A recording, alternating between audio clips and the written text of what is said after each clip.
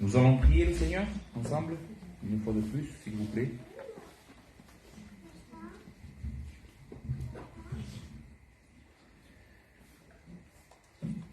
Notre Père, c'est devant ta sainte majesté que nous nous approchons une fois de plus, Seigneur, et nous sommes dans la joie d'être dans ta maison, d'être au milieu de ton peuple, Seigneur, de pouvoir chanter tes louanges et rappeler à nos cœurs cette vérité. Seigneur, que ce n'est pas à cause de nous, mais à cause de ton Fils. Seigneur, et parce que l'œuvre de ton Fils est parfaite, nous sommes pleinement réconciliés avec toi, ayant une assurance, Seigneur, dans notre cœur. Bénis ta parole aujourd'hui.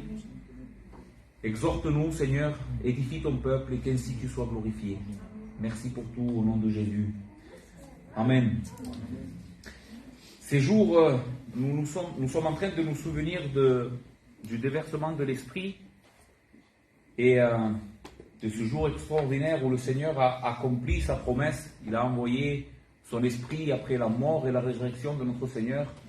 Dieu a donné son Esprit. Maintenant, son peuple est un peuple qui est guidé, fortifié, animé par l'Esprit de Dieu. Nous ne sommes plus tout seuls, mais Christ est en nous, et il est en nous par son Esprit. Et le texte que nous allons méditer ensemble, j'ai déjà commencé à l'exposer il y a quelques semaines de cela, c'est Néhémie 8, et c'est une des fois dans le témoignage des Écritures où nous voyons une œuvre de l'Esprit extraordinaire. L'Esprit va descendre sur le peuple de Dieu de l'époque, et il va faire un réveil spirituel, un véritable réveil spirituel. Et qu'est-ce qu'est un réveil spirituel? Qu'est-ce que c'est un réveil spirituel? Nous avons vu la dernière fois, quand nous avions médité ces vérités, dans les versets 1 et 2, comment, quand le peuple demande la parole, comment, quand le peuple a besoin de la parole et demande à Dieu qu'il parle, ceci est le signe d'un véritable réveil. Nous lisons dans les versets 1, « Alors tout le peuple s'assembla comme un seul homme sur la place qui était devant la porte des eaux, et ils dirent à Esdras le scribe d'apporter le livre de la loi de Moïse, prescrit par l'Éternel à Israël. » Nous avons pu voir comment le peuple avait une véritable soif de la parole de Dieu. Et les frères, nous avions dit que ça, c'est pas naturel. Quand un peuple s'assemble comme un seul homme, ce qui nous parle d'unité, d'un véritable désir dans le cœur, pour demander qu'on lui apporte la parole de Dieu, pas des fables, pas ce que les hommes peuvent concevoir comme étant la vérité, mais qu'on lui apporte ce livre-là. Amen. Ceci est l'œuvre de l'Esprit. Un peuple qui désire la parole de Dieu est un peuple qui est en train d'être transformé par la parole de Dieu et par l'Esprit de notre Seigneur. Deuxièmement, nous avons vu que le peuple ne va pas demander cela à n'importe qui. Ils vont dire à Esdras, le scribe, d'apporter le livre de la loi. Et nous avons vu dans le livre d'Esdras comment cet homme s'était préparé 14 ans avant cet événement pour être un homme qui connaissait la loi de l'Éternel, qui avait sondé la parole de Dieu et qui était capable, lui, de l'enseigner. Aujourd'hui, nous allons voir d'autres aspects de ce que ce texte est en train de nous enseigner concernant le réveil spirituel, et je voudrais que nous puissions voir ensemble comment la prédication de la parole de Dieu, comment l'enseignement de la parole de Dieu, quand cet enseignement est véritable, quand cet enseignement est basé sur les Écritures, quand c'est une exposition de la parole de Dieu, c'est aussi une œuvre de l'Esprit. La véritable prédication, c'est une œuvre de l'Esprit. On le chantait, on l'a prié, on le répète tout le temps. Ce ne dépend pas des hommes, les frères. Il n'y a aucune capacité dans l'homme pour pouvoir sauver, pour pouvoir guérir, pour pouvoir édifier. Tout cela vient de l'Esprit de Dieu et du bras de l'Éternel qui, lui, est tout-puissant. Donc, je voudrais me concentrer aujourd'hui sur la véritable prédication. Qu'est-ce que c'est la prédication biblique que nous voyons dans ce texte? Et quels sont les résultats de la prédication biblique? Mes frères, cela n'est pas étonnant que Dieu veuille que dans son Église on prêche la parole correctement, parce que cela se trouve partout dans la parole de Dieu. Voici comment Paul dira à Timothée quel devait être le rôle de Timothée au milieu du peuple de Dieu. quel doit être le fondement d'une église, quelle est en réalité la véritable vocation de l'église. Dans 2 Timothée 4, nous lisons, « Je t'en conjure », c'est Paul en parlant à Timothée, « devant Dieu et devant Jésus-Christ qui doit juger les vivants et les morts, et au nom de son apparition et de son royaume, prêche la parole, insiste en toute occasion favorable ou non, reprend, censure, exhorte avec toute douceur et en instruisant. Mais toi, au verset 5, sois sobre en toutes choses, supporte les souffrances, fais l'œuvre d'un évangéliste, remplis bien ton ministère. Quel est ici, comment Timothée pouvait bien remplir son ministère? Simplement, il devait prêcher la parole. S'accrocher à cette vocation qu'il avait reçue de Dieu, de prêcher la parole fidèlement. Maintenant, vous me direz, mais ça c'est seulement le devoir des pasteurs et de ceux qui enseignent. L'Église, les membres de l'Église ne sont pas appelés à être fidèles à la parole.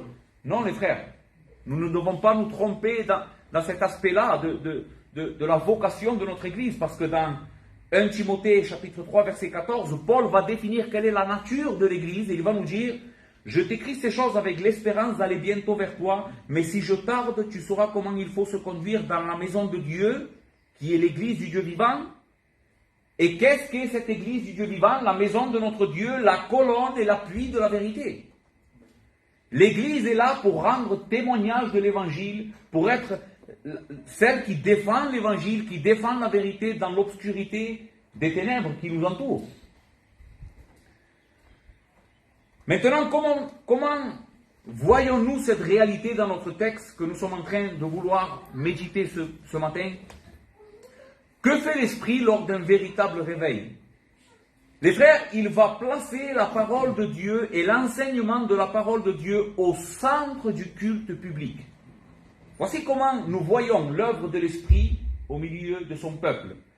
Quand l'Esprit agit dans un réveil, la première des choses qu'il fait, c'est qu'il rétablit la parole de Dieu où elle doit être. C'est-à-dire au centre de notre adoration. Et comme étant la seule source d'autorité et de révélation que Dieu nous a donnée.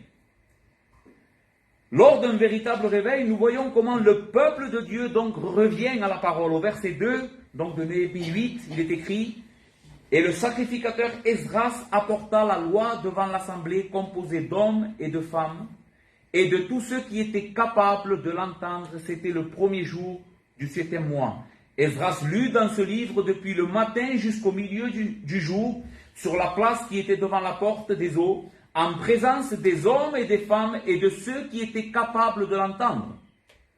Tout le peuple fut attentif à la lecture du livre de la loi. Esdras le scribe était placé sur une estrade de bois dressée à cette occasion. Auprès de lui et à sa droite se tenaient certains hommes. Verset 5, Esdras ouvrit le livre à la vue de tout le peuple, car il était élevé au-dessus de tout le peuple, et lorsqu'il l'eut ouvert, tout le peuple se tint en place. Esdras bénit l'Éternel, le grand Dieu, et tout le peuple répondit en levant les mains, Amen, Amen, et ils s'inclinèrent et adorèrent l'Éternel, le visage contre terre. Qu'est-ce que nous sommes en train de lire dans ces paroles de ce livre? Qu'est-ce que nous enseigne ce livre?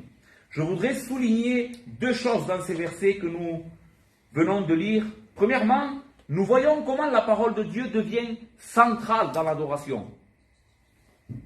Esdras, le scribe, était placé sur une estrade en bois dressée à cette occasion. Ils avaient dressé une estrade en bois où Esdras était monté pour proclamer la parole de Dieu, pour que tout le monde puisse voir comment Esdras était en train de lire. Et maintenant, pourquoi le peuple de Dieu va faire cela? Est-ce que cela est anodin, simplement parce qu'il devait être un auteur? Non. Cela nous enseigne que la parole de Dieu, à ce moment-là, dominait le peuple. Le fait que celui qui lit la parole soit élevé au-dessus du peuple, non seulement ça avait un aspect pratique pour que tout le monde puisse l'entendre et le voir, mais cela nous enseigne aussi comment la parole de Dieu doit dominer son peuple.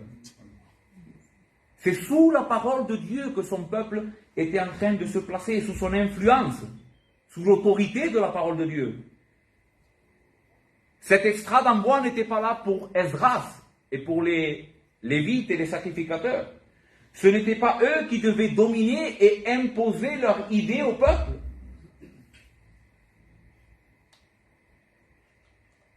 Mais tout cela était pour que le peuple soit attentif au livre qui était en train d'être lu et enseigné, afin que celui-ci puisse être compris, puisse être accepté par la foi et puisse faire l'œuvre de l'Esprit dans le cœur de ces hommes et de ces femmes. Esdras, verset 5, ouvrit le livre à la vue de tout le peuple. Tout le peuple voyait qu'Esdras n'était pas en train de lire n'importe quel livre. Ils ont vu que Esdras avait ouvert le livre de la parole de Dieu et que toutes les paroles qu'Esdras était en train de prononcer, était en train d'enseigner, provenaient de ce livre. Et ceci est très important, les frères. Ceci nous montre à quel point c'est une folie de mettre sa gloire dans des hommes, dans leur capacité, dans l'éloquence qu'un homme peut avoir. Mes frères, nous ne venons pas à l'église pour écouter des grands hommes de Dieu qui prêchent très bien la parole de Dieu. Notre cœur doit être sûr concernant cette vérité. Nous venons ici pour écouter la parole de Dieu et pas un bon prédicateur. Si tu viens ici pour écouter un bon prédicateur, quelqu'un qui est très éloquent, qui parle bien, qui t'explique bien les choses, et que tu concentres ta foi et ta vie chrétienne sur la qualité d'un ministère, tu es en train de te tromper. La première chose que nous devons faire attention quand nous venons écouter la parole de Dieu, c'est est-ce que cet homme est en train d'être fidèle? Est-ce que cet homme est soumis à l'autorité de la parole de Dieu? Et sa prédication est sous cette autorité. Et c'est exactement ce que nous sommes en train de voir ici.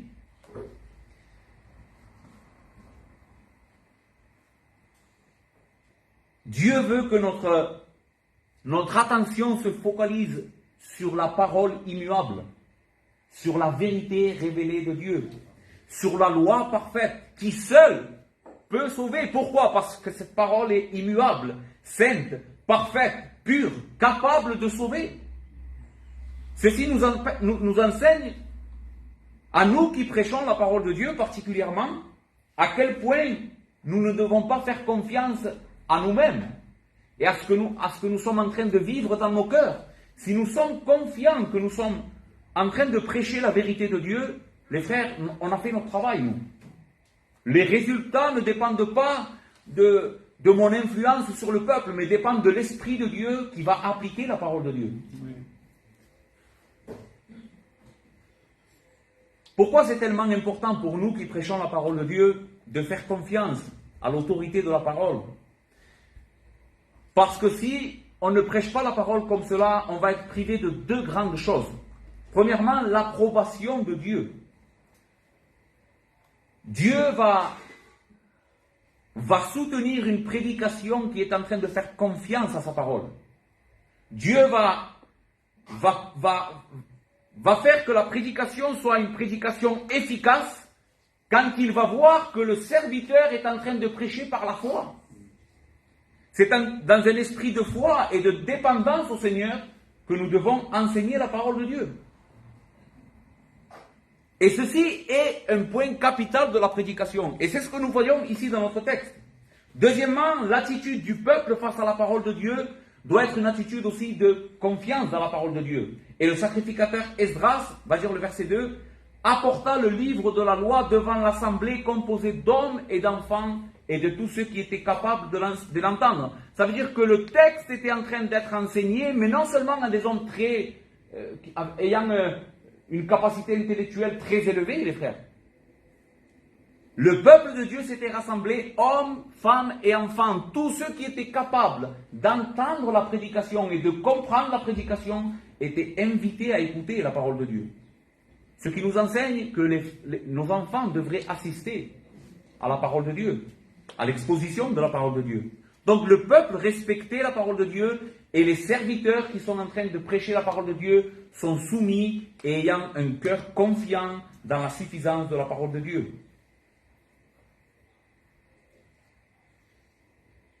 Hommes, femmes et tous ceux qui étaient capables de l'entendre. Donc, nous voyons dans ce texte, qu'est-ce qu'est la véritable prédication? Qu'est-ce que c'est la véritable prédication? C'est une prédication donc centrée dans le passage, dans les Écritures. Prêchée dans une soumission et avec un esprit de foi et reçue dans le cœur par un peuple qui a soif de la parole de Dieu et qui sait que ce qui est en train d'être prêché, c'est la parole de Dieu et pas la parole des hommes.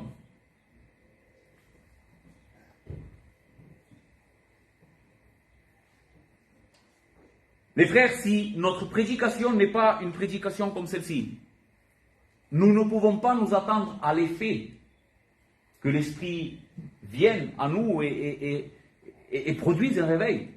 Pourquoi il y a tellement d'églises aujourd'hui qui sont loin de l'Évangile, qui ne connaissent pas l'Évangile et qui ne vivent pas la puissance de l'Esprit? Parce que simplement elles ne sont pas en train de s'exposer à la parole de Dieu. Elles ne sont pas en train d'être soumises à une prédication comme celle que la Bible nous enseigne. Elles ne sont pas en train d'être édifiées par la parole de Dieu, nourries par la parole de Dieu. Et c'est pour cela, les frères, qu'une telle conception de la prédication est si indispensable au milieu de nous.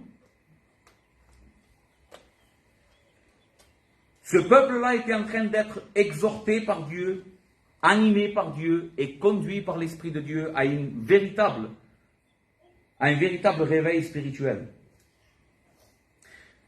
Maintenant, qu'est-ce qu'a produit la parole de Dieu? Qu'est-ce qu'a produit la parole de Dieu quand Esdras a lu et a enseigné la parole de Dieu? Parce que ce que nous voyons dans notre texte, c'est pas seulement que la prédication c'est prêcher sous la soumission de la parole, mais c'est aussi prêcher correctement la parole de Dieu. Le texte dit, Esdras lut, et les sacrificateurs et les lévites qui étaient là enseignaient le peuple et donnaient le sens de ce qu'Esdras était en train de lire. Et ceci est très important, les frères. La parole ici, hébreu, qui est traduite pour enseigner ou donner le sens, veut dire appeler. Quand Esdras avait lu, non seulement il avait lu les Écritures comme un homme lit la parole, mais la parole veut dire appeler, s'écrier, proclamer, convoquer, inviter. C'est ce que faisait Esdras quand il lisait la parole. Il était en train de proclamer la parole de Dieu.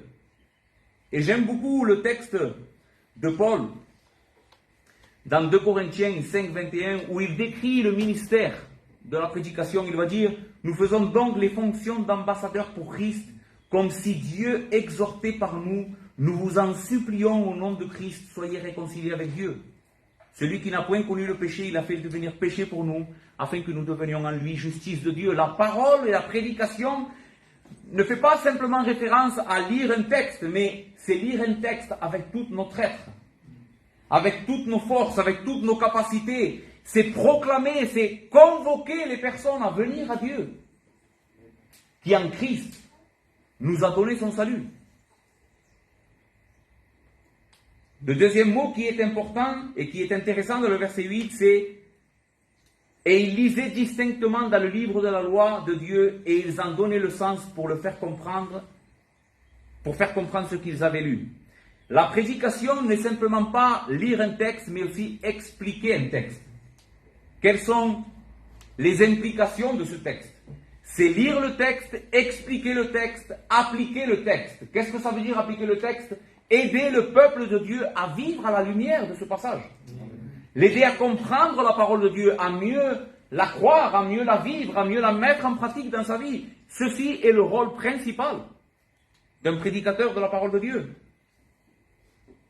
Pourquoi cela est tellement important? Nous arrivons au cœur du passage, je pense. Dans les versets 9 à 12, nous trouvons l'importance de la prédication, parce que la prédication nous révèle l'Évangile, nous révèle Christ et le moyen d'être sauvé. Néhémie, le gouverneur, Esdras, le sacrificateur et les scribes et les lévites qui enseignaient le peuple, dirent à tout le peuple, ce jour est consacré à l'Éternel votre Dieu. Ne soyez pas dans la désolation et dans les larmes. Pourquoi ce peuple était dans la désolation et dans les larmes quand ils ont écouté la parole de Dieu correctement prêchée? Parce qu'elle était en train de leur révéler leurs péchés. Voici la raison principale pour laquelle le monde a tellement besoin d'une prédication biblique. parce que seulement l'exposition de la parole va convaincre les hommes de leurs péchés. Ils comprenaient que depuis tellement de temps, ils vivaient dans le péché, ce qu'ils n'avaient pas compris, même s'ils étaient le peuple d'Israël. Le peuple ne connaissait plus la parole de Dieu, ne connaissait plus la loi de l'Éternel. Mais à la lecture d'Esdras, ils vont comprendre qu'ils étaient pécheurs et avaient un véritable besoin. Et ceci est le rôle de la parole de Dieu. Ceci est une manifestation de la puissance de l'Esprit. L'Esprit n'est pas là pour nous donner de la chair de poule, pour nous faire parler des langues bizarres, pour nous faire tomber par terre. C'est ce que nous voyons autour de nous dans les églises. Mais la Bible nous enseigne que l'Esprit est là pour nous convaincre de péché et de la vérité de Christ. Pour nous amener à lui par la foi et la repentance, afin que nous ayons la vie éternelle. Et c'est ce que nous sommes en train de voir dans notre texte. Le peuple avait été touché dans son cœur par l'exposition de la parole de Dieu. Mais nous voyons ici les deux caractéristiques de l'Évangile. L'Évangile non simplement nous dévoile notre péché, car il le fait. Une véritable prédication, une véritable exposition de l'Évangile commence toujours par une mauvaise nouvelle. Nous sommes pécheurs et privés de la gloire de Dieu. À cause de la rébellion de notre cœur, nous tous ici, nous étions privés de la gloire de Dieu. Car nous vivions dans nos péchés, nous marchions dans nos péchés. Et Dieu est un Dieu saint et juste, et nous nous sommes détournés de lui. Et c'est ce que la prédication de la parole va nous enseigner. Mais est-ce que Dieu est un Dieu qui va nous laisser dans la désolation et dans la misère de nos péchés? Non. La bonne nouvelle de l'Évangile, c'est que Dieu est venu nous chercher pour nous sortir de cette situation dans laquelle nous nous sommes plongés nous-mêmes. C'est ce qu'une fois encore le texte nous enseigne. Le peuple va pleurer, car tout le peuple, en entendant la loi de l'Éternel, va pleurer. Ils leur dirent, et ça c'est les paroles des serviteurs, allez, mangez des viandes grasses et buvez ce qui est doux, et envoyez des portions à ceux qui n'ont rien préparé, car ce jour est consacré à notre Seigneur. Ne vous affligez pas, car la joie de l'Éternel sera votre force.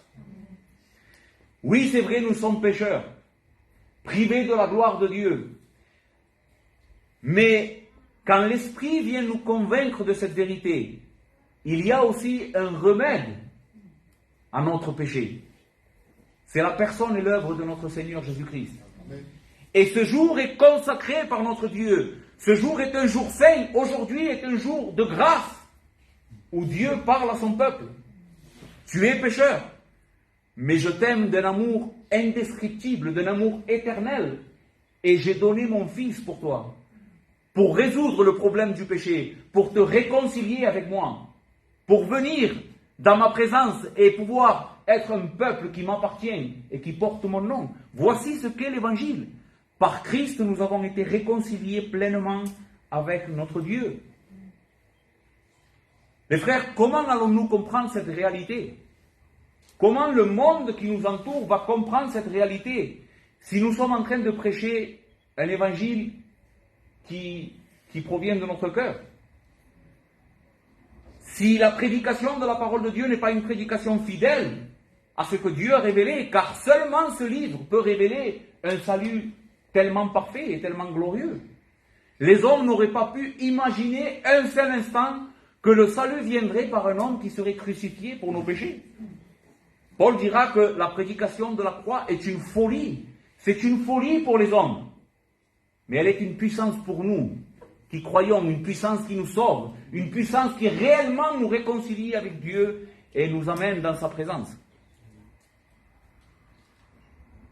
Donc pourquoi et comment voyons-nous un véritable réveil?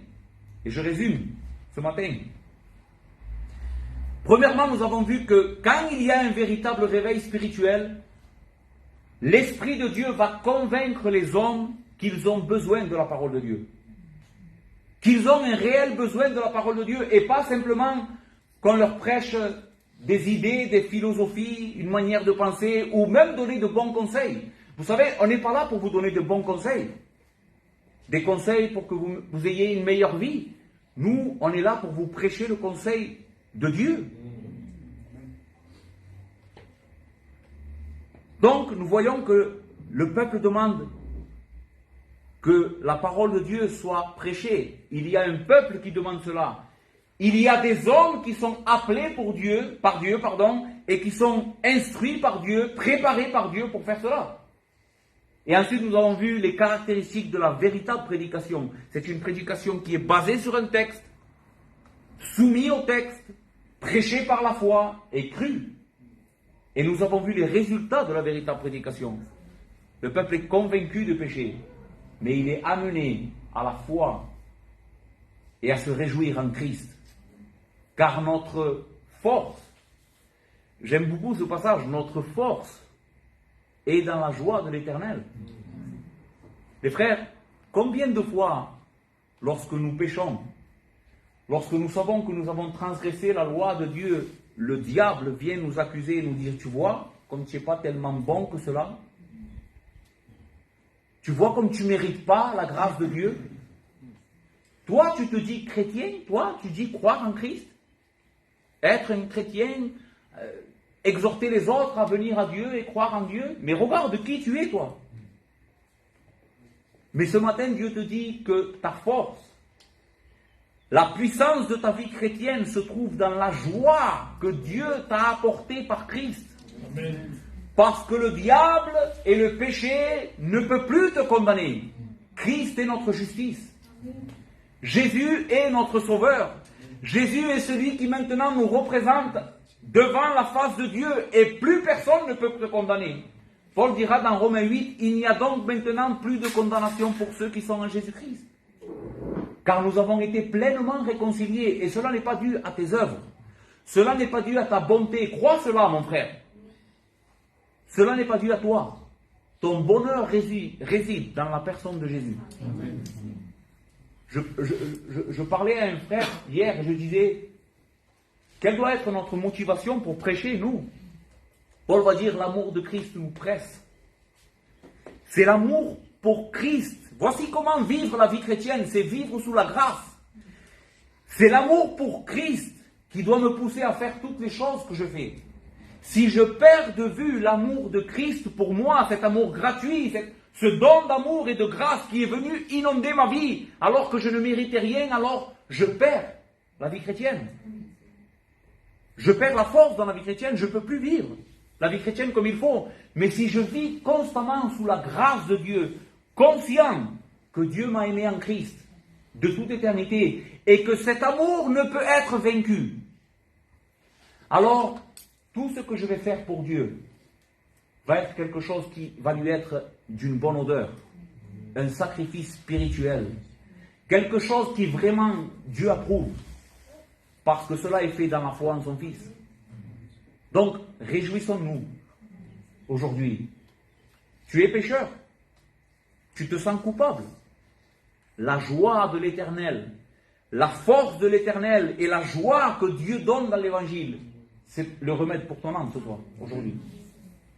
C'est croire dans le Christ. C'est venir à l'Évangile par la foi et t'approprier de cette œuvre extraordinaire que notre Seigneur a fait pour nous. Si tu crois aujourd'hui, nul ne pourra te condamner. Nous allons rendre grâce à Dieu. Seigneur, je veux bénir ton nom pour ta parole. Merci parce que tu nous exhortes aujourd'hui à regarder ton Fils et à croire en lui.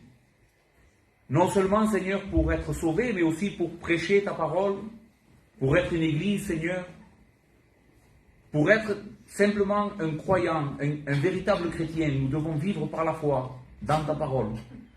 Aide-nous, Seigneur, à voir la centralité de ta parole dans nos vies. Seigneur, à quel point nous avons besoin de cette eau qui va nous purifier et nous rendre meilleurs. Ta parole est la source de vie à laquelle nous venons chaque jour pour te connaître, Seigneur, et te glorifier. Père, bénis ta parole dans les cœurs de mes frères et qu'ainsi, Seigneur, ton nom soit magnifié et élevé au milieu de nous. Au nom de Jésus. Amen.